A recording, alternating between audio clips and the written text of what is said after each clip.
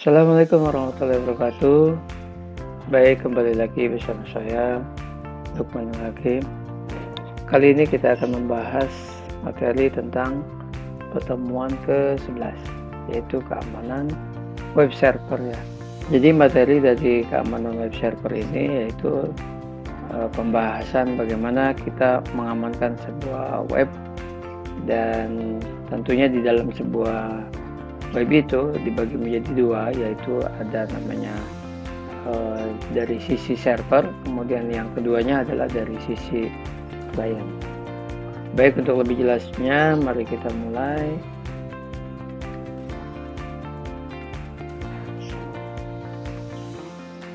Nah, di dalam web server kita mengenal namanya ada web hacking. Nah, internet sendiri atau kita kenal dengan namanya World Wide Web atau WWW merupakan bagian dari internet yang paling populer, sehingga serangan yang paling banyak terjadi yaitu lewat port 80. Kenapa port 80? Karena internet secara defaultnya atau pada umumnya menggunakan atau berada dalam port 80 atau yang kita kenal dengan sebagai web hacking. Nah, di sini ada beberapa tipe dari web hacking. Berupa yang pertama misalkan device situs, kemudian SQL injection, dan yang ketiga adalah memanfaatkan kelemahan scripting maupun HTML form. Nah, ini pembahasannya. Yang pertama tentang device. Device adalah suatu aktivitas mengubah halaman depan atau isi suatu situs web sehingga tampilan atau isi sesuai dengan yang Anda kehendaki. Jadi ini merupakan serangan hacking atau hacker yang sering terjadi. Nah, misalkan banyak sekali web-web yang sudah dirubah tampilan depannya atau homepage-nya, sehingga yang seharusnya yang tampil adalah gambar aslinya, ternyata dirubah diganti dengan gambar yang lain. Nah, device ini banyak terjadi pada situs-situs yang basisnya adalah e-commerce atau yang basisnya adalah web jual beli yang menggunakan Microsoft IIS. Ini dikarenakan adanya bugs pada IIS yang dikenal dengan metode Unicode bug. Dengan adanya bug ini, seseorang dapat mengakses command line self cmd.exe pada server keluarga dari Windows NT. Jadi memang di dalam IIS ini masih ada kelemahan yang harus atau yang mungkin perlu diwaspadai. Teknik-teknik device sebuah situs. Nah, ini adalah teknis ya. Secara garis besar, device ini dapat dilakukan dengan tiga cara.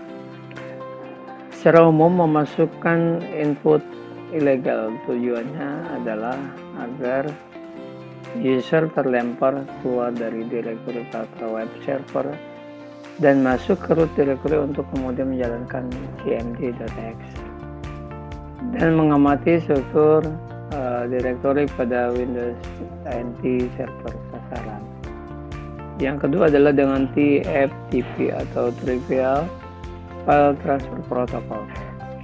Adalah protokol berbasis UDP yang di-listen pada port 69, dan ini sangat rawan keamanan dan banyak web menjalankan service TFTP ini.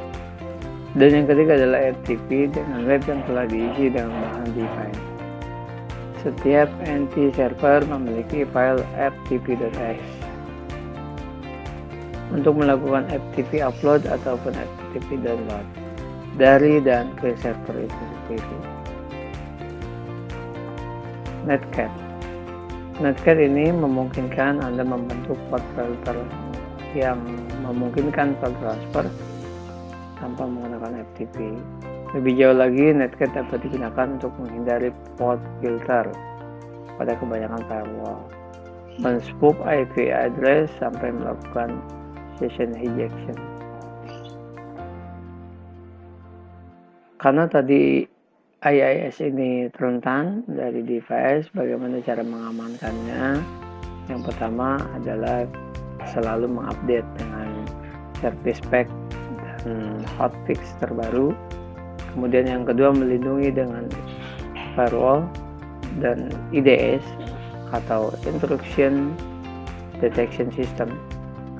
Kemudian yang ketiga adalah menghilangkan opsi tulisan pada protokol HTTP atau HTTP 1.0 atau HTTP 1.1. Nah, perintah-perintah itu adalah misalkan connect, delete, get, head, option, post, path, dan trace. Nah, ini adalah perintah-perintah yang harus dihilangkan. Ya, jadi ini bisa dimanfaatkan oleh beberapa hacker untuk masuk ke dalam sistem server tersebut. Ini adalah salah satu kejahatan dalam dunia hacking atau hacker yang mana kebanyakan orang atau hacker memanfaatkan SQL.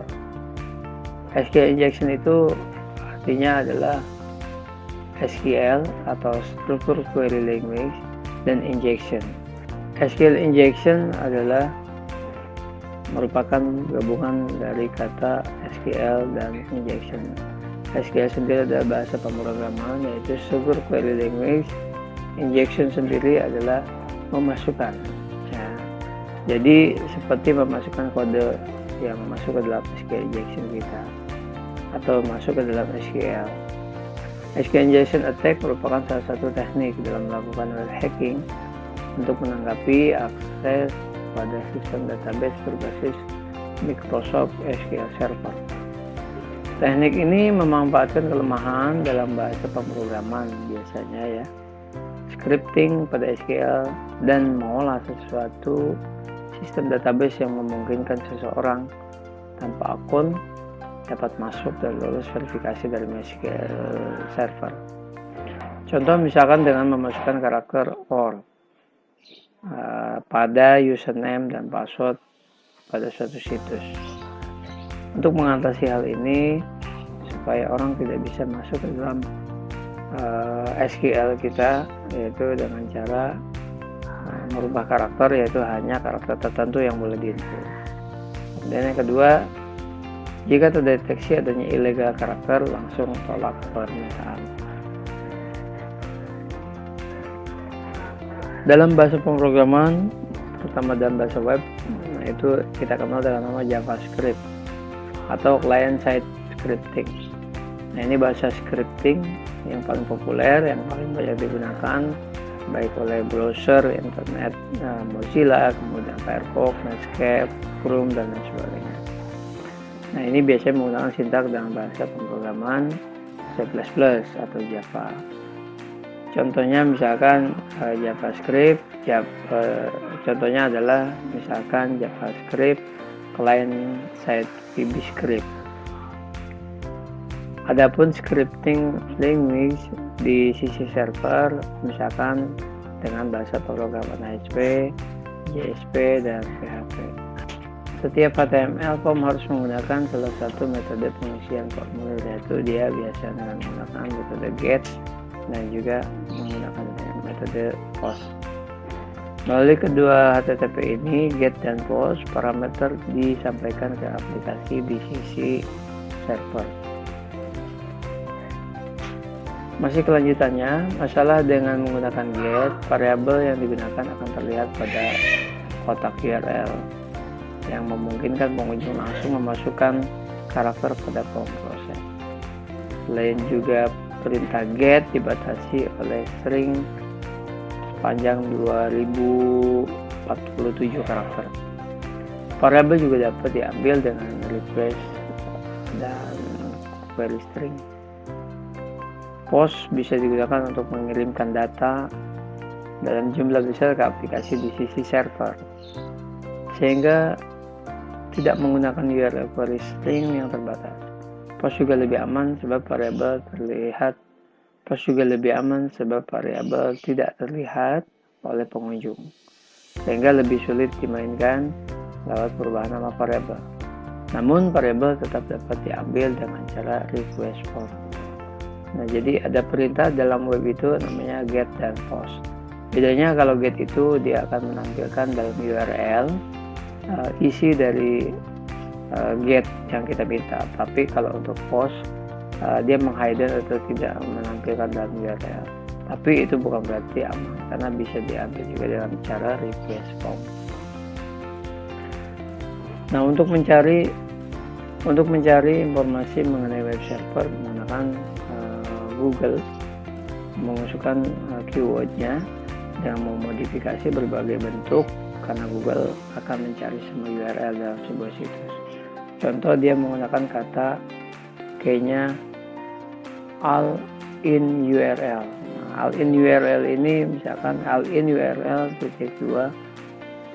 .co.nz/admin.asp dan lain-lainnya. Jadi menggunakan all in URL ini di sebuah Google atau di web Google itu bisa menampilkan cara untuk menampilkan admin, cara untuk membuka sebuah file administrator. Nah, ini yang harus kita waspadai juga, jangan sampai keamanan web kita rentan dengan bisa dicuri oleh orang. Adapun tools untuk memeriksa vulnerability ini adalah lubang yang sering menjadi celah oleh hacker yang bisa diambil ya, atau bisa dicuri, yaitu dengan menggunakan Happy Browser. Nah, ini software yaitu dengan menggunakan Happy Browser. Ini adalah software yang digunakan sebagai tools untuk memeriksa, mencari dan melacak komputer-komputer, server dan security-nya yang sangat lemah. Nah, diciptakan pada akhir tahun 1999 oleh Doc Holliday dan Kenny Matt, dan dalam sebuah webnya bringster.com/and-tricky/software/thc.zip. Hacking tools itu banyak, ada Install Source, Widget, WebSleuth, Black Widow, ada juga Windows Phone. Saya sampaikan tentang keamanan web server. Dalam keamanan web server ini tentunya kita harus memahami dan juga harus mengetahui bagaimana kita bisa mengamankan sebuah web server, kemudian dengan cara seperti apa. Hacker atau serangan-serangan itu akan selalu ada, dan dia memanfaatkan kelemahan-kelemahan yang terkadang kita tidak sadar. Nah, kuncinya adalah kita harus tetap sering mengamankan seaman-amannya, walaupun sangat sulit. Tapi untuk meminimalisir kita bisa mengamankan. Demikian, terima kasih penjelasannya singkat ini, mudah-mudahan bermanfaat. Saya Lukmanul Hakim. Saya akhiri. Wassalamualaikum warahmatullahi wabarakatuh.